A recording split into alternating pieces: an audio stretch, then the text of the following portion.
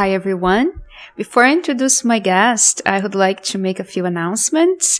We have a women's circle coming soon in July here in Ithaca, New York. You are welcome to attend. We usually have very wonderful and profound experiences during the women's circle. So just visit my website, camy.com, and sign up in advance if you would like to book a free consultation with me to learn more about hypnotherapy sessions.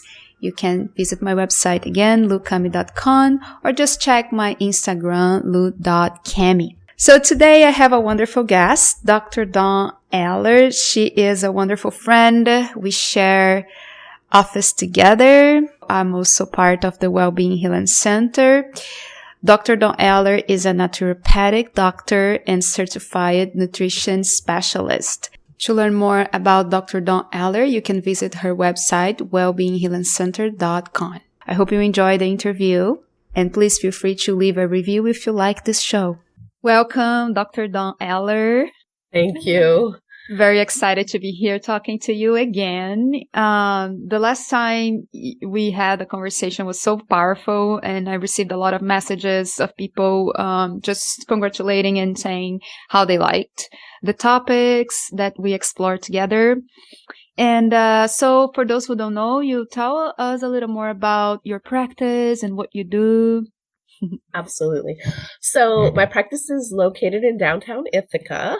And I also do things online all over the world, actually, but anywhere in the country and anywhere in the world. And my practice really focuses a lot. I see a lot of women and children and some men, but it really focuses on a very wide variety of conditions that people come with, hormonal, digestive, things that have diagnoses, things that are complete mysteries as to why the symptoms, a very large range. And it's interesting because things will shift with time in a certain kind of trend. And the trend isn't always about like what the main physical complaint is, but often the trend will be like a deeper underlying cause or common theme of some kind. And it comes out differently in different people on the physical level. So really could be anything as far as. Oh, interesting. Can we talk a little more about what is this common theme that is coming up and your reflections on that and how you work through it? Yeah, absolutely. So in my practice, always there's the physical level. We talk about what's happening on the physical level. What are the symptoms? And they're the most obvious, right? They're the things that usually make us look for help. And then there's the emotional and the mental, and they sort of like flow and feed each other. And depending on the personality, they'll be more or less dominant, one of those. And then there's this higher spiritual level, or you might think of it as like bigger purpose level. And so the physical level kind of depends on hereditary, where your vulnerabilities are inherited from your family, or like maybe even something in your environment you were exposed to, or the food, and all of that kind of thing can be really varied. But so you can't see necessarily the theme with the symptoms because people will come in different ones. But if you just go one level underneath that, and you say, okay, what's happening emotionally? Because this is the next less dense level, right? Like this is the next thing that I find that so many times there's some kind of grief or guilt. Grief and guilt are huge. And grief is natural emotion. Guilt is a conditioned thing. Guilt is not a natural thing. So it's imposed. Grief and guilt are very big. And fear, but that's often even deeper level. Grief and guilt, sometimes anger. Very common. And it's a connecting for how it comes out. So one person has high blood pressure, right? Because they have a great condensed kind of grief or anger, right? And then one person has high blood sugar. It's the same root cause, right? Or sometimes there's both, something in the blood. And they're connected by this thing.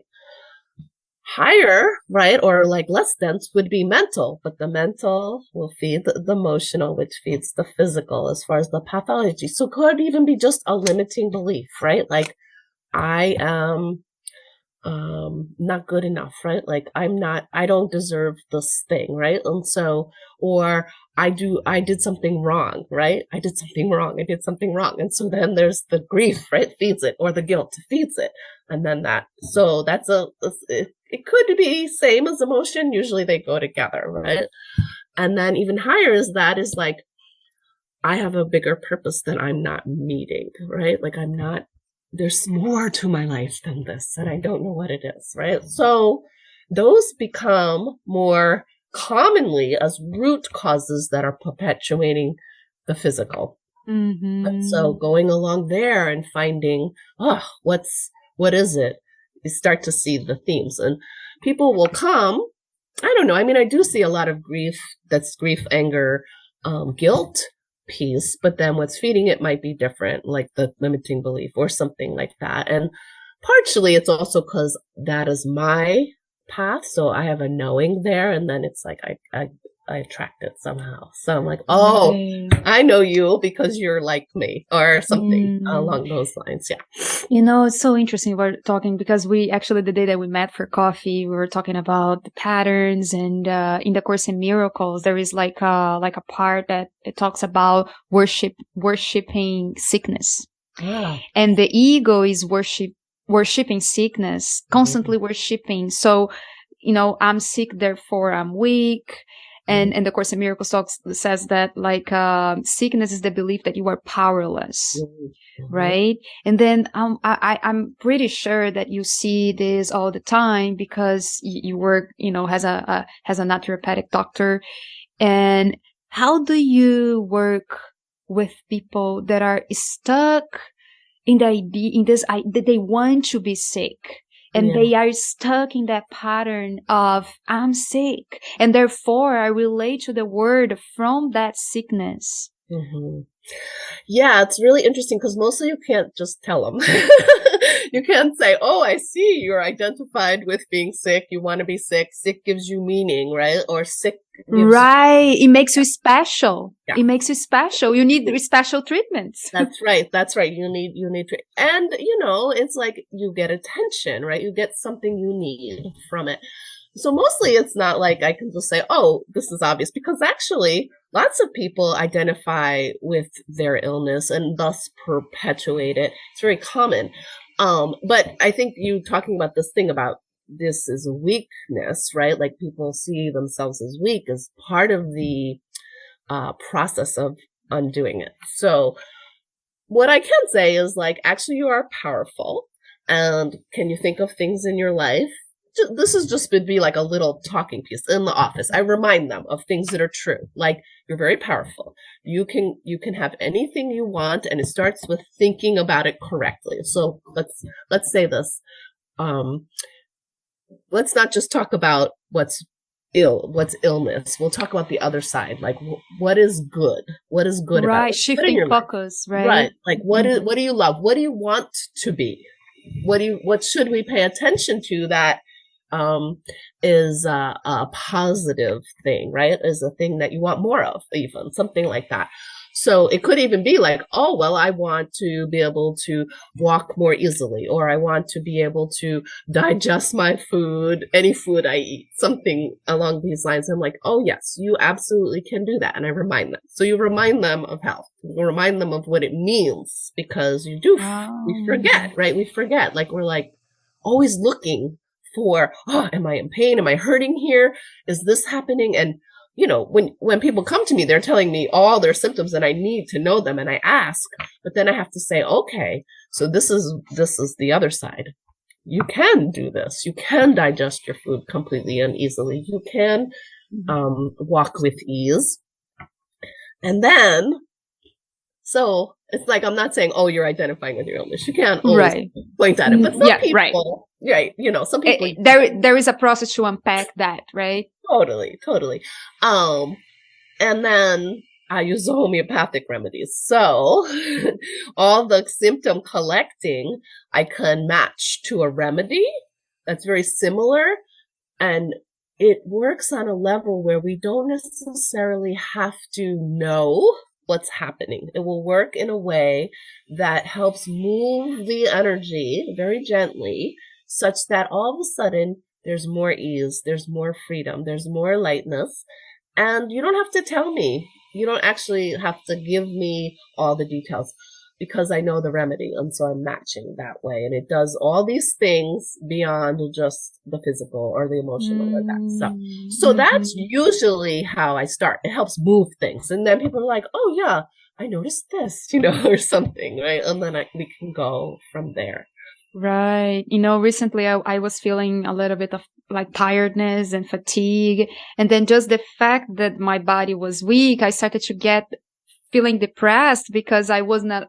So you see how it starts to pile up, right? Yes. And then if we are not like vigilant in our minds, it just gets so big. And while the body, this body and it's so temporary, and it's gonna stuff will come out, and we just take care of it. But I think when we are identified with sickness is when things go like a little out of. That's true. And I don't want to minimize the fact that some people need some special treatments, or they need to feel safe. But I feel that we need to be very careful when we are so identified with I'm weak, that everything you do comes from that sense of lack.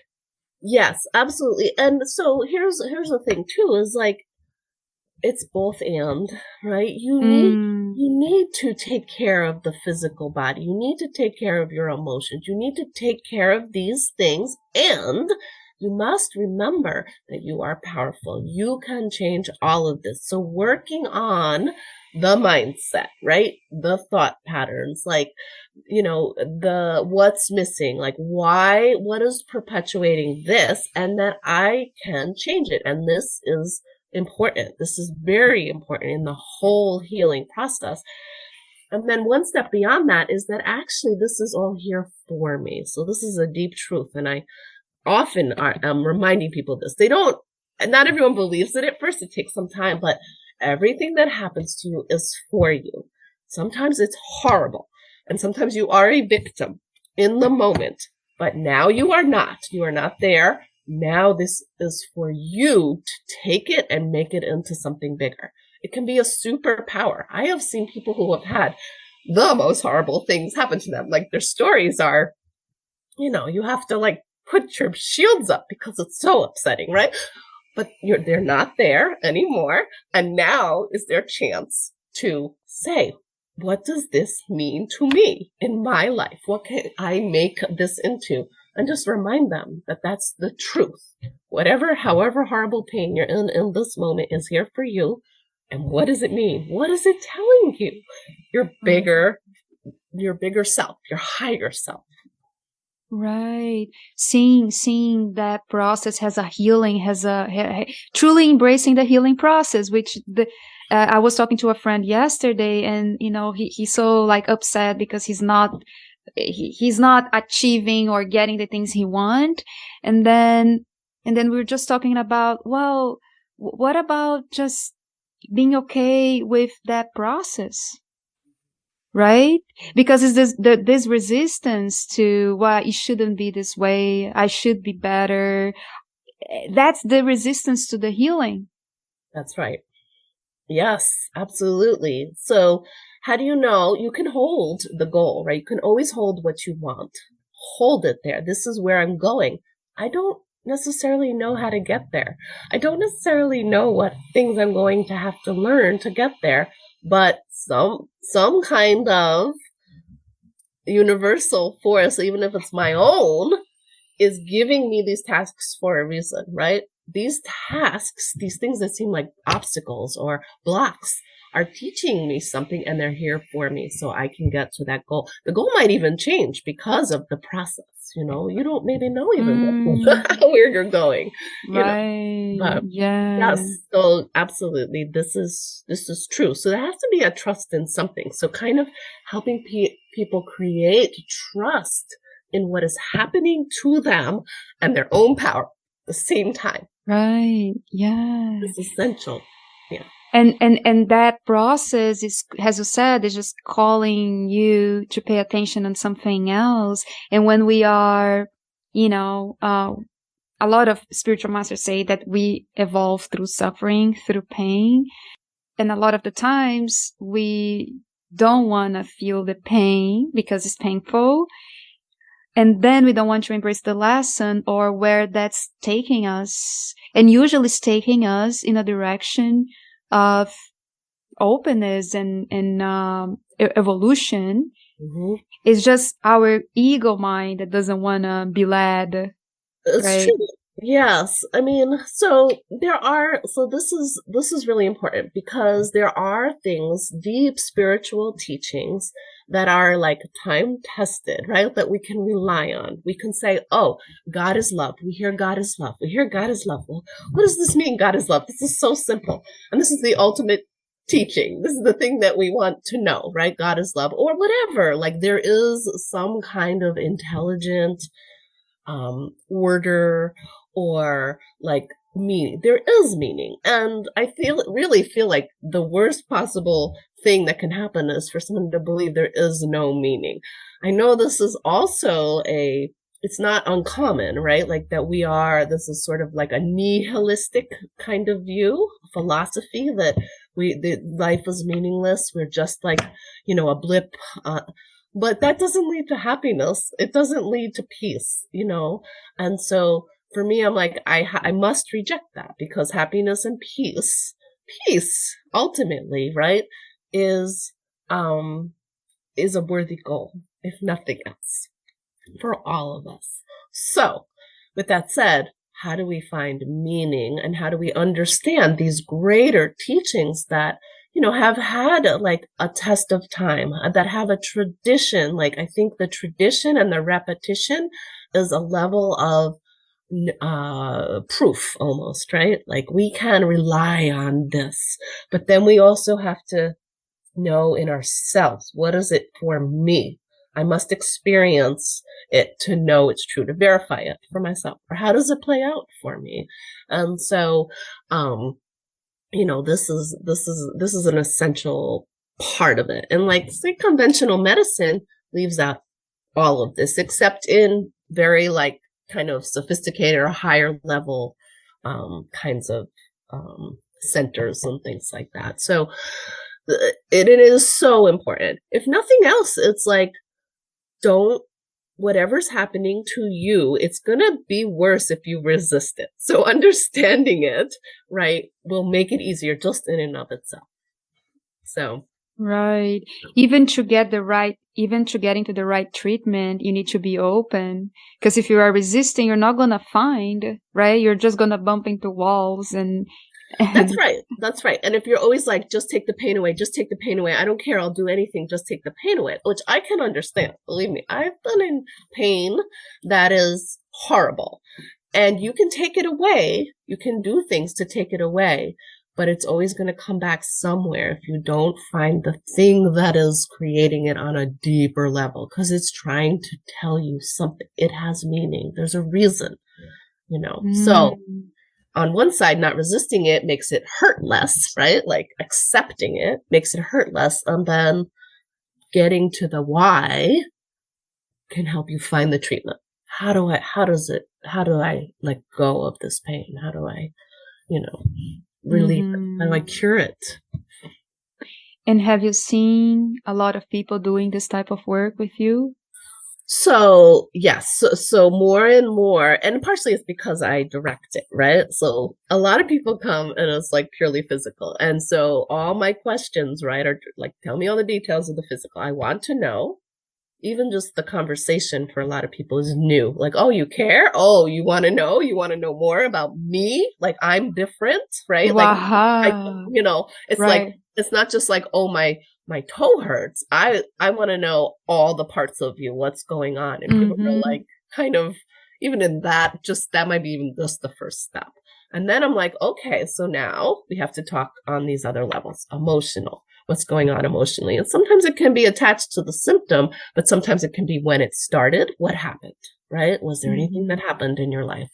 Sometimes it can be totally sort of separate seeming from the physical, but I need to know, Mm-hmm. what's your day-to-day mood like? What drives you crazy? What makes you angry? Do you ever cry?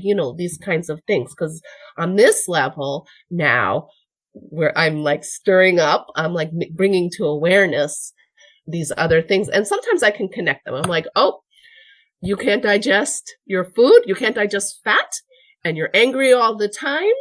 Oh, your liver. Your liver is responsible for anger and digestion of fat. We have to work on that level. And here's an obvious, like, kind of connection. I can tell them why. I can say, oh, yeah.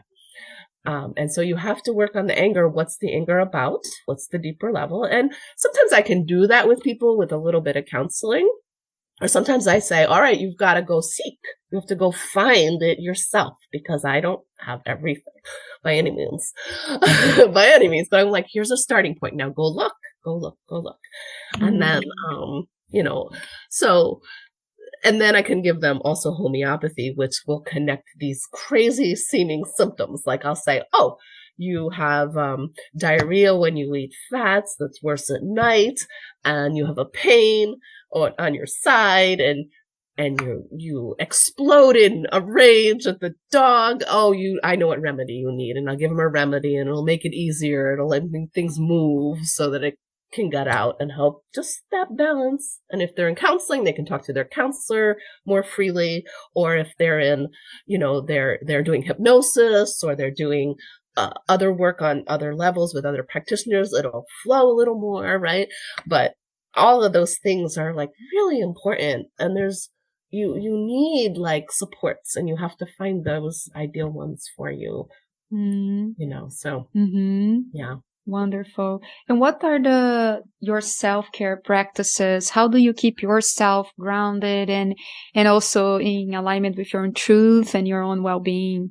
Yeah, this is such a good question. It's funny because I often say, I'm a terrible patient.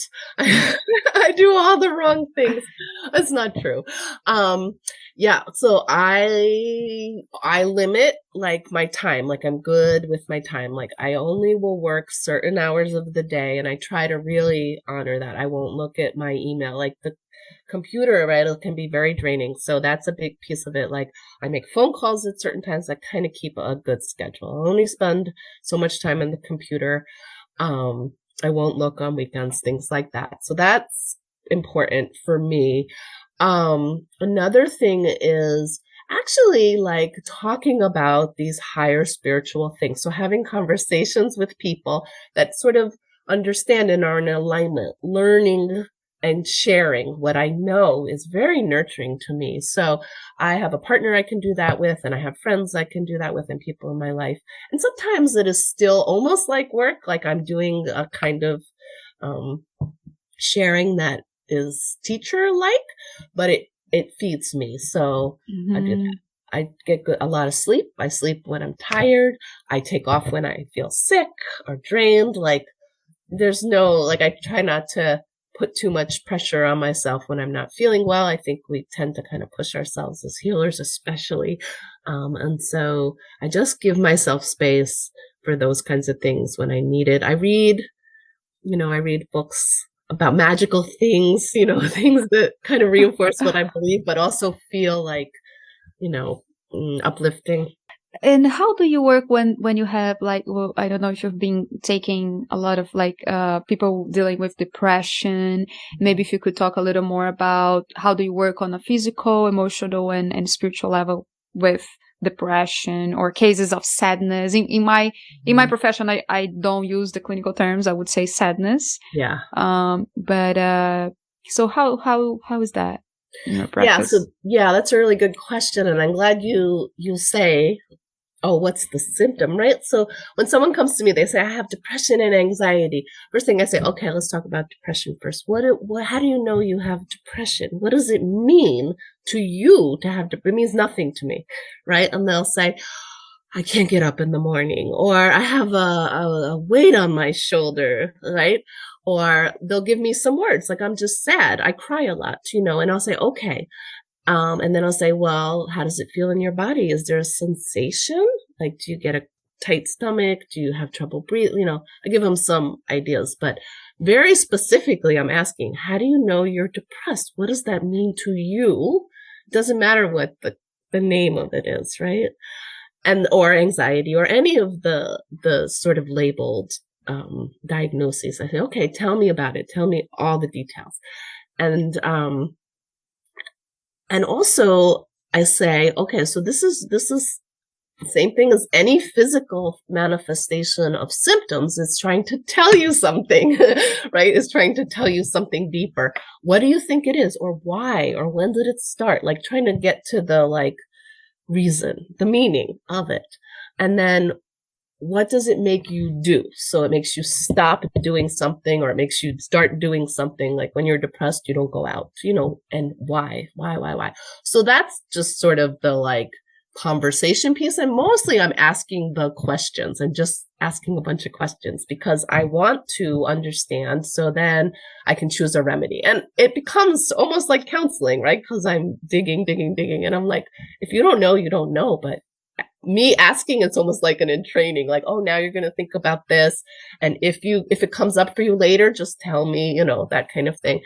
And then I look for a remedy that matches. So for example, if a woman comes in and she is near a time when she might be transitioning into menopause and she's starting to be really tired and having these dark days. And she's like, it's like there's a black cloud over my head and I have tension in my shoulders.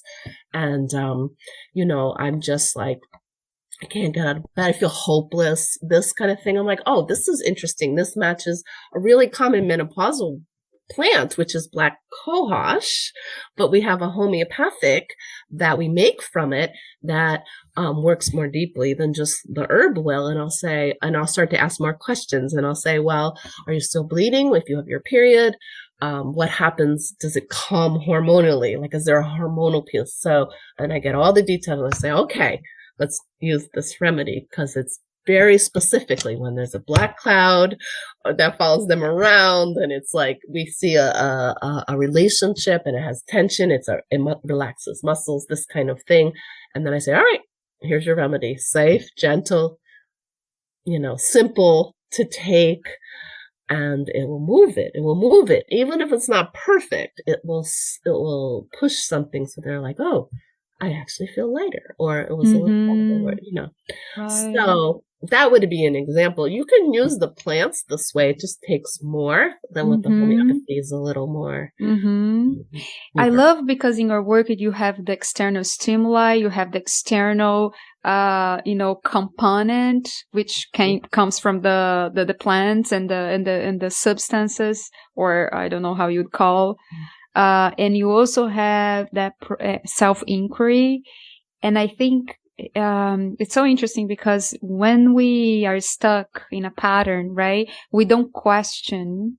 That's the truth, right? That's like, that's it. Right. And we get so stuck. And then I think this process that you are doing, that we do as well, is a process of question that, truth, right? Quote unquote, that mental construct that isn't serving. That's right. And that it might be a different truth. Like, it could be other things. Like sometimes I'll give examples to people. I'll say, well, some people come in and they say this. So are other versions. There are other ways it can be, and the mindset is important, but it's just the mindset. It's not the whole thing, right? The mental part. Totally. Tell us a little more about what's your next phase. What are you looking forward in your practice or in your personal life? Any new projects? Gosh, okay, let's see. What am I expanding into at this time? Well, there's lots going on in my life in general. I feel like part of the thing is getting more in alignment with my it's almost like my higher purpose in a way. It was interesting for this conversation too, in working with people on this deeper level that is less physical. Mm. And so it's sort of like naturally happening. It's like I can feel this flow of who is coming to me and what I'm talking about. So certainly working on the meaning, like what is the meaning of illness and what is the meaning of life, even on a deep level. What is the purpose of our lives? And so I can see that coming more and probably will eventually be more like teaching and having I don't know if it won't be large groups by any means, but more than just one-on-one in the future. And maybe even something with my partner doing something together. He has his own sort of spiritual path. And so he and I maybe doing some work together about relationships and Mhm. how to create or how we use our relationships to really create healing for each other in a deep way. I would like to ask you, because I know that you are in a very beautiful healing relationship, and if you have any reflections or even if there are remedies that you made for releasing the past, welcoming the new, and what are your reflections around the bringing into our lives this healing union where, or if you would like just to talk a little more about Yeah. relationships. Yeah, absolutely. I mean, there's a whole category of homeopathic remedies that are all where relationship is the primary like concern. So people can come with all kinds of physical illnesses, but then they'll come and talk about like a love lost, a love that wasn't returned, and they can't stop thinking about this person, or they're lonely, right? Like, so loneliness is a deep core issue, right? And they're looking for their partner, or they were betrayed and they cannot ever get over it, right? And so that becomes an obstacle. And actually, the and sometimes it's even suppressed. So suppression is big in this piece too, or repression, right? Like you have this deep emotion, painful thing that you're kind of like pushing away because it is, you don't want to look at it, but it doesn't go away. It's holding somewhere. And so there's a whole category of remedies and that are the little nuances of this and can help. So holding on, right? The holding on to the past, you must let go. You must let go, otherwise you don't have room for it. And so, yes, and I've worked with these in a deep way. This is a primary thing for me, the relationship. I had to move. I had to let go. I had to move. And certainly the homeopathy helps, but then there's all what you need, like the hypnosis. We, in our work together, the hypnosis was very powerful. The mindset.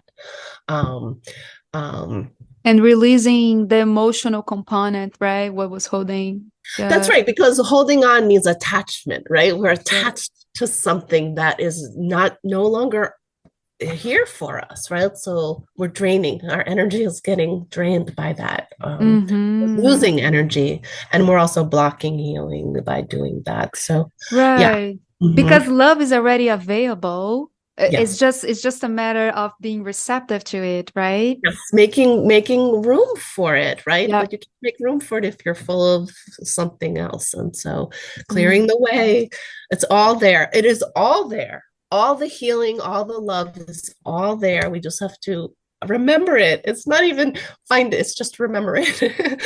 So how do we remember it? Well, you can use Mhm. homeopathy, you can use hypnosis, you can use meditation, you can use exercise. It just And anything else you would like to share with us around health and well-being and the core truths, the important thing to remember is you are powerful. You, everything that's happening to you is for you. You have all the time in the world. I always like to say there's no rush. You have all the time in the world to find your path. And you are really the only one who knows like what it is, your unique truth. I love what you said about that everything is happening is for you, because when there is some imbalance, we tend to think there's something wrong with me, therefore I'm bad, I'm not enough. Right. We twist what's going on. We give a meaning to that is Mhm. not actually helpful, right? That's right. That perpetuates it. And we actually get to do that. We can give it any meaning we want. Absolutely. Give it a meaning that is helpful. Mm-hmm. Like you can give it any meaning you want. It does not matter. Do you want to suffer more? Give it a meaning that perpetuates it. If you want to stop suffering, give it a meaning that is positive, that is good, that is nurturing to you. That at least helps you to move on and get into the flow, right? That's right. Because then if we bring like the non-dual teachings, then there's no their ego is in the dual, right? What's good, what's bad, we're judging constantly. That's right. But truth is that inner state of peace. At least try to find peace with it, right? That's right. That's right. It is yes, you must find the thing that brings you peace or it will never move. It will not move. And maybe you are not ready for it to move, and that's fine too, right? Here's the thing, it's like, Mm. oh, it's is. This is what is. Think of what is, not what you don't want it to be, not even what you don't have. It's like, oh, this is what is. And I'm going Um, to plan for it to be different if I want it to be different. Like, I'm going to focus on the other possibility. This is giving me a lesson. Yeah. I love that, focusing on a different possibility. Mhm. I thank you. It was Oh, thank you. wonderful. Thank We'll have to do you it so again. much. Yeah.